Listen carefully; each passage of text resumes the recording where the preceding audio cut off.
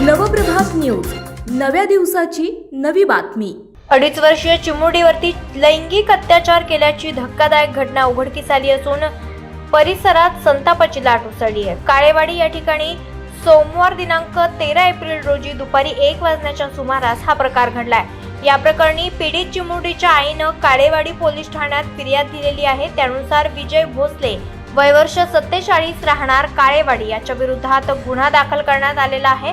पोलिसांनी आरोपीला अटक केली आहे। पोलिसांनी दिलेल्या माहितीनुसार आरोपीनं चिमुरडीला आंबा देण्याचा आमिष दाखवून तिला जवळच्या खोलीत नेलं। त्यानंतर तिच्यावर लैंगिक अत्याचार केले। काही वेळानं चिमुरडी अस्वस्थ दिसून आल्यानं तिच्या आईला संशय आला। चौकशी केल्यानंतर हा प्रकार उघडकीस आलाय। घटनेनंतर चिमुरडीच्या आईनं काळेवाडी पोलीस ठाण्यात धाव घेत तक्रार नोंदवली आहे। पोलिसांनी घटनास्थळी भेट देत पाहणी केली आणि आरोपीला ताब्यात घेतलाय।